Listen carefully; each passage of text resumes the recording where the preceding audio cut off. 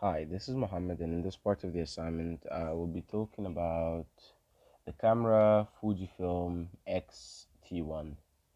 So pretty much like the Fuji X T1 is a great example of the retro genre, but although it looks old, this compact vintage style body, don't let it mislead you because under that body there is specs that are way high and could deliver such great results. Also, you know, some of the things that this camera has is the cutting edge technology and also class leading electronic viewfinder, and also it's got like the basically the exclusive X trans sensor, known within the X series, the Fujifilm X series. And also like it's got a blazing fast performance, a top notch quality, image quality. And basically this camera is the true meaning of the mixture of two worlds. The old, if you're a person that loves retro old looking cameras, this is for you. But at the same time has like the best qualities. And it's pretty much like when you have an old model car and you mod it to fit the new like generations with the horsepower and things. So it's kind of the same idea, same concept. So yeah, this is a pretty powerful camera.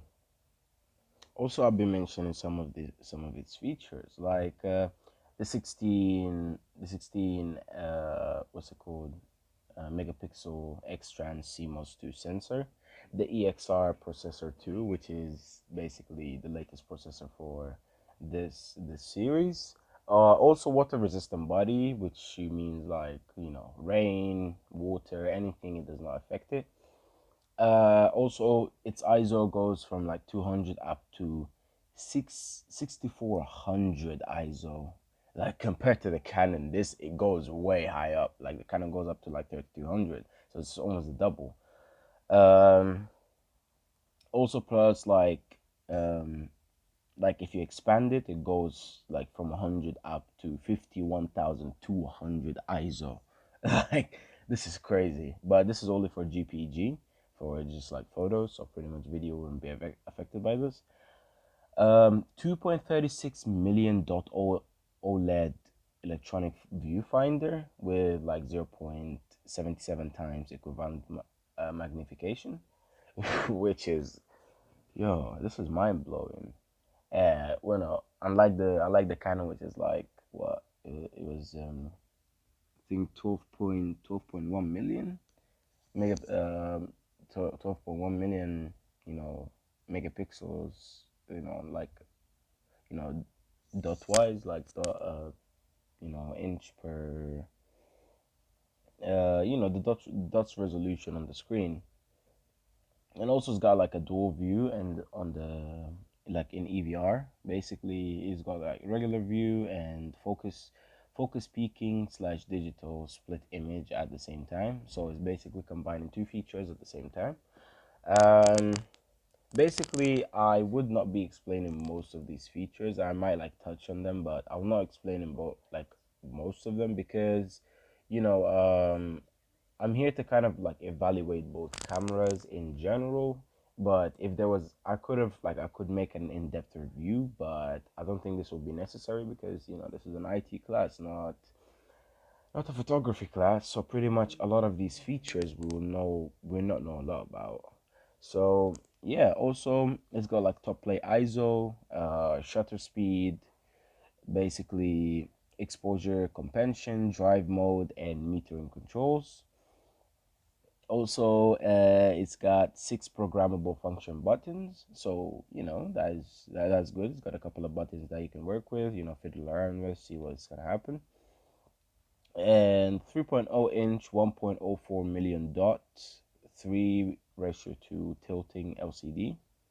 So I think they are speaking about the front, like the screen, the front screen of the camera.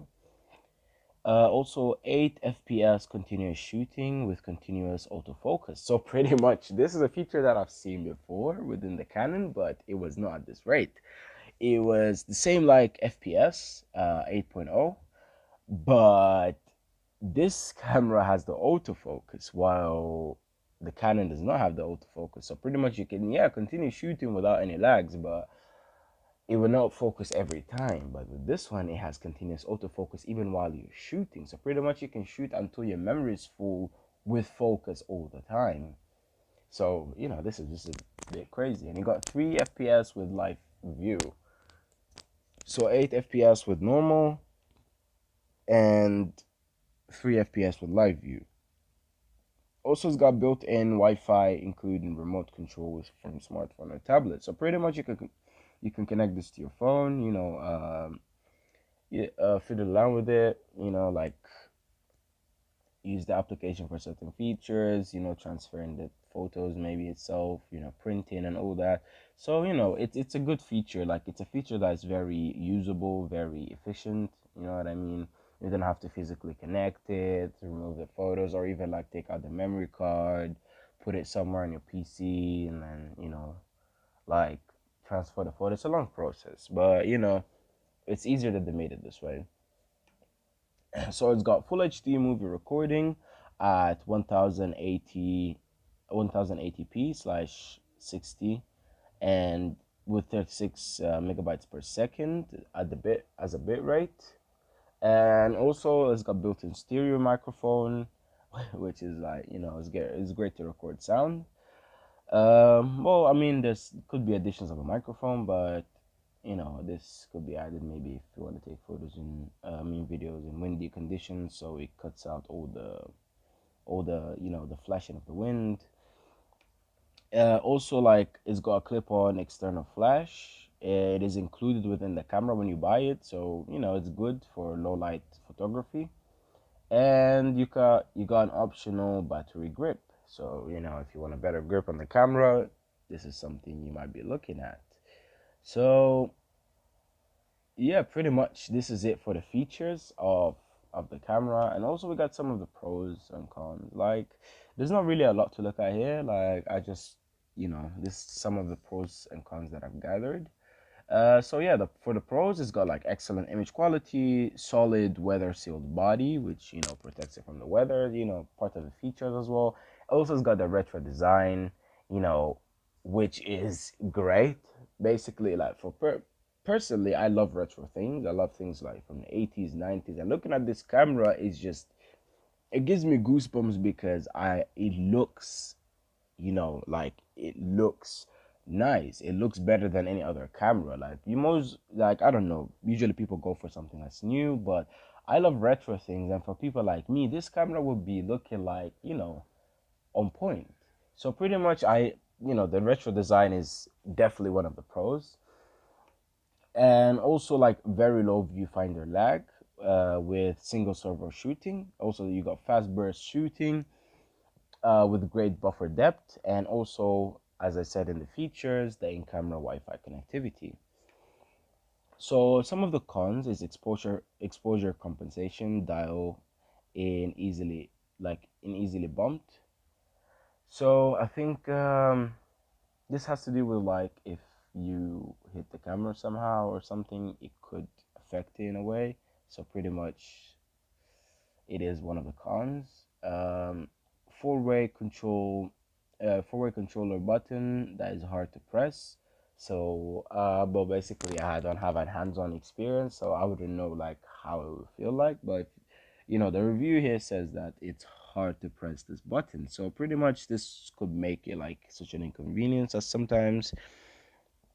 And fair play. Like, if it's, you know, if it does not suit the if it does not suit the user, then it's definitely one of its cons. Also, significant viewfinder lag for burst shooting. So pretty much, the it's got a low viewfinder lag when you're using the single server shooting, but when it comes to fast burst shooting, the lag, like there is a lag that's noticeable. Like you can actually see it. You know what I mean? So Yeah, definitely one of the cons. No raw files above 6400 ISO. So even if you wanted to use like the 51200 ISO, you cannot have like a raw file. It has to be like edited somehow to be able to shoot at that rate. But sadly enough, for certain people, this could be a disadvantage. I don't know much about photography, so people that would understand this would know that this limitation could be crippling in some situations. So I don't know. Default settings strongly limit the GPG dynamic range. So basically, for someone like me, if I got this camera and I didn't know about this like default settings, I could have been using the camera at a very low rate than it's actually capable of, which makes it definitely one of its cons. So if there's like a tutorial thing or something within the camera to show you that, look, this is the default settings, you could change it, it could be higher, this would have been, better. Because at least I'll be like, oh, okay, I could put this higher. But if I did not know, I would have just been using the camera like that without knowing that there's a setting where I could literally use the full potential of the camera. So this is really sad. This is really sad for, if you think about it. And also price wise. So price wise, I have found there's certain price on the forum that I've looked into, but I think these are for like prices that came out when the camera came out. But right now, the body alone, it costs the starting cost starts at 695 pounds, but it goes up to 899 pounds. So that's almost 900 pounds. And if you want to get the XF 18 hyphen 55 millimeter kit, which basically gives you the lens. So there's a lens that is not included within the camera. This is not it's not weather resistant like the camera itself, but it gives you more zoom capabilities. So pretty much the kit, there's two buying options. So the kit starts at for used, if it's used, it starts at 680, and £4 97 for delivery. And if you want it brand new, it's £1,800 plus 150 for delivery. Like, this is a ridiculous price. You know what I mean? And I'm looking on, even like, it's not even the official site, it's Amazon. Because like, see, even if I looked at the official site, it would have been way more expensive than this. So Amazon is giving me almost £2,000 for this camera. So it is a crazy amount, like compared to the Canon. I mean, there is a significant difference between both cameras, but Lord have mercy, the price is crazy. So uh I don't know about that. I will leave this for the conclusion later. But for now, this price is a bit of a hefty price. Not gonna lie. So right. So yeah, pretty much the overall like performance of the camera is quite well. It's basically this kind of link to the ease to use. Like, it is, it's pretty easy to use. Not a lot of settings, not a lot of confusions that will get you to like get lost within the camera. It's pretty much straightforward. The settings are quite clear, and even the buttons, like, they have like tiny photos like every other camera to show what is this for. And pretty much like its overall performance is quite well. It's a quick camera, like, it's fast with the shooting. Even when you power it up, it's ready to like to shoot straight away. So yeah, it's ready to shoot straight away. Like, one click on the button, the power button, and it starts up almost instantly. Also, like, it responds quickly to input as well. So you do anything on the camera, it does it straight away with no delays. Also, like this, but there's a little things like bits and bobs over there, like, the fact that basically how usually cameras have like auto power off, kind of save the battery. with this one, usually the cameras, when that happens, you press on any button and it just, powers on straight away. But with this camera, you have to kind of like hold hold the shutter button for like a couple of seconds until it just comes back on. So pretty much it's just, you know, it could be annoying at some point, but it's still not that bad. And also, like, with this model, they have improved a lot from like from its predecessors. Like, almost anything that is like reasonably you would reasonably need within a camera is within this camera. So it's like it is a great update from its older predecessors. And but there's still some like limitations to the things that it does on the card. So pretty much some of them is like the image deletion and playback, activation of Wi-Fi functions, initiation of movie recording, shooting in BKT mode, shooting in advanced filters, and panorama shooting. So pretty much with any of these things, they are not available within the XT1 where anyone like write, saving images onto your card, like your SD card. So pretty much it's, pretty sad. Um, but now overall though, like this camera has put a good name to Fujifilm, because back in the old days, people used to say like Fujifilms were like slow cameras, they were not that well. But with this camera, like, this has completely been annihilated. No one can say Fujifilm's cameras are slow anymore, because this camera is pretty rapid when it comes to shooting. And basically it's, ready for all the day-to-day shooting, like situations. Pretty much it's pretty sleek with its design. So overall it just looks wonderful, you know what I mean? Like it's ready to do what you need it to do. Right, summing this all up, putting in conclusion, the basically the XT1 is a pretty impressive camera. It has a lot of features, like things that will suit pretty much everyone, so it's compatible with every person.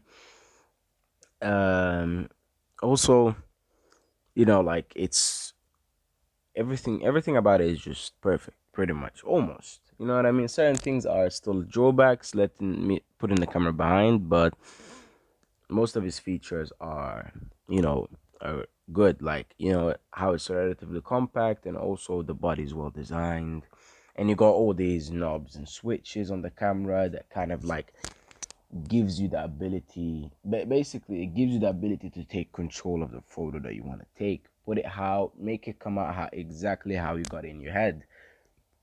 So pretty much, because these like buttons control all, like, most of the important photographic settings. So pretty much it comes out with the photo quality that exactly how you want it.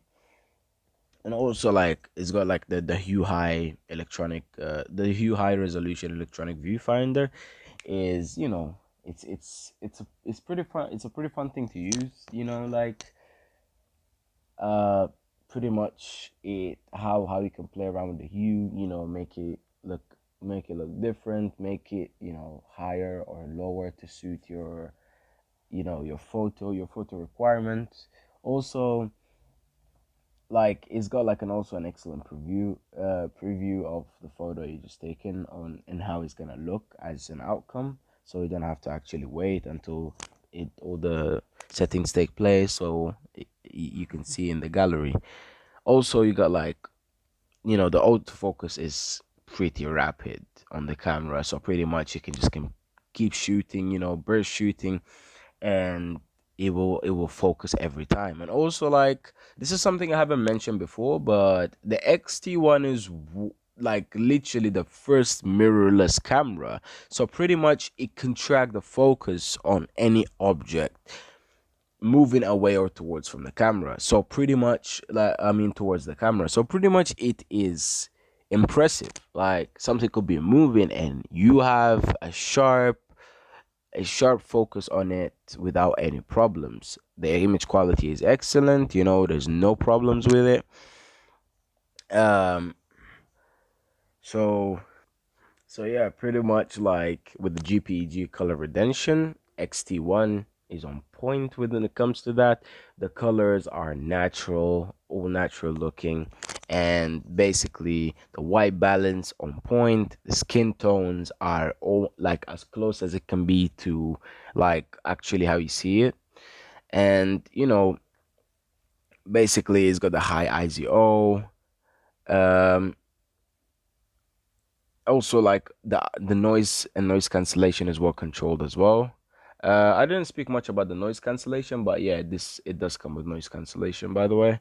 And also like the autofocus, has been always been a problem for the Fujifilm company when it comes to cameras, but this is one thing they focused on in this. I spoke about it a lot, but they focused on in this model, so they made it on point. They literally made this camera mirrorless so it can autofocus like just how they need it to be. And basically, like one thing as well that you know it's not really something nice about the camera is the fact that when it comes to video like or movie recording, it's not the best. Like the quality is poor. It's pretty poor. You know what I mean? Like when you look at the photo skills compared to the video, it's just like is it true that this is the same camera? So it's just they if they would have added that as well, it would have been way better. Like it would have literally made it a perfect camera in every way, shape, or form. But sadly, it's not that terrible where you cannot just use it, but it's good. Like you can still at least get something out of it. It's just for casual use, good lighting, something like that. You will get a good video out of it, but it's not the best out there. Let's just say that. So pretty much, that sums it all for the Fujifilm X T1, and I will see you all in the next one.